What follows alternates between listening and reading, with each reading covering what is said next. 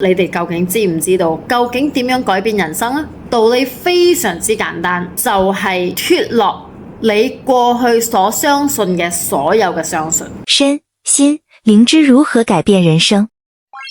首先要多謝 Vivo 同一時間幫我嘅 BB 化妝，因為我用緊 Vivo 手機嘅呢一個自帶 filter。好，咁呢個時候我想錄一集關於如何改變你嘅人生。其實我哋嘅人生什麼都沒有，乜嘢都冇。我哋嘅人生只有乜嘢呢？我哋嘅人生只有相信。你相信什麼，你就會體驗什麼。譬如話，你相信你曾經讀過嘅一篇 article， 或者一個科學家，或者一個醫生，佢同你講，如果你每一日超過12點鐘都唔瞓覺嘅話，你嘅身體就會不健康。於是乎，當你一相信咗呢一個說法之後，呢一個 statement 之後，每一次當你超過12點瞓覺嘅話，你就會體驗你嘅身體不健康嘅呢一種體驗。咁你嘅身體就會出現一啲問題。當你相信某一個人同你講，如果你食咗一啲垃圾嘅食物，你嘅身體就會出現問題。當你相信呢一個說法嘅時候，每一次當你食一啲垃圾嘅食物嘅時候，你嘅身體就會自然遇到一啲健康嘅問題。可能你會同我講，喂，呢個唔係我相信啊，呢個係真噶，呢個係科學家講，呢個係醫生講噶。請問醫生嘅呢一個理論同埋科學家嘅呢個理論係來自邊度啊？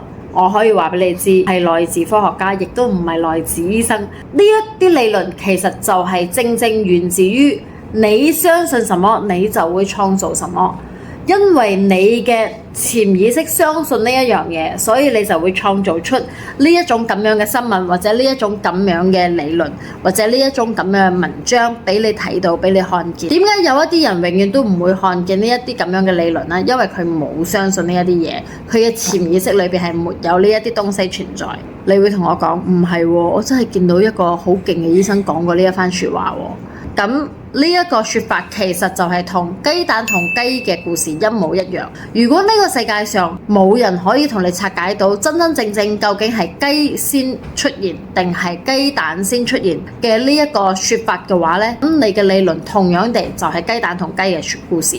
如果有一日你可以拆解到雞同雞蛋邊有個先嚟到呢一個世界嘅話，咁或者呢一個你平時睇到嘅科學家嘅理論、醫生嘅理論先至可以着實咯。但係我可以話俾你知，真真正正嘅人生真相係雞蛋同雞嘅故事，就係沒有真理，只有你相信什麼，你先至會體驗什麼。將你過去所有嘅相信脫落晒，你唔再相信任何東西。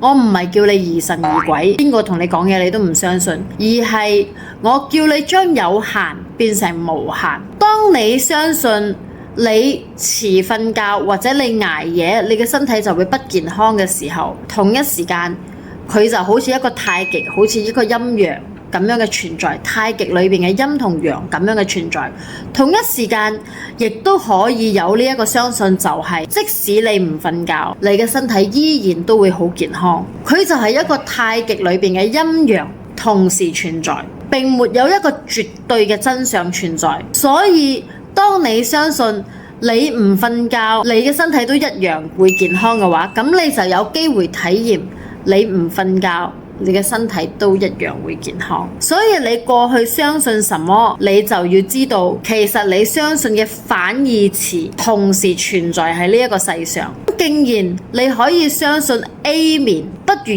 而家你都相信埋 B 嘅一面。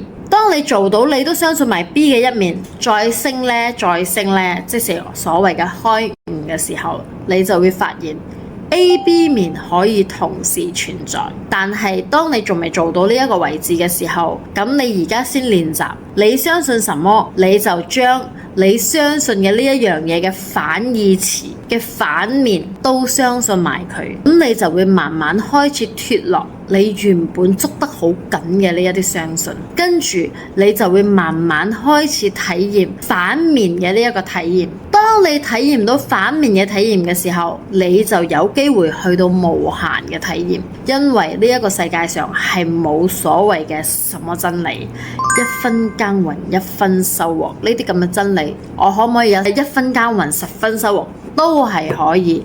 我可唔可以不耕耘都有收穫？都係可以。反正你相信什麼，你唔相信嘅嗰一面都同時存在，所以不如你打開你嘅相信，你先至有機會去體驗你原本都唔相信嘅嗰種人生體驗。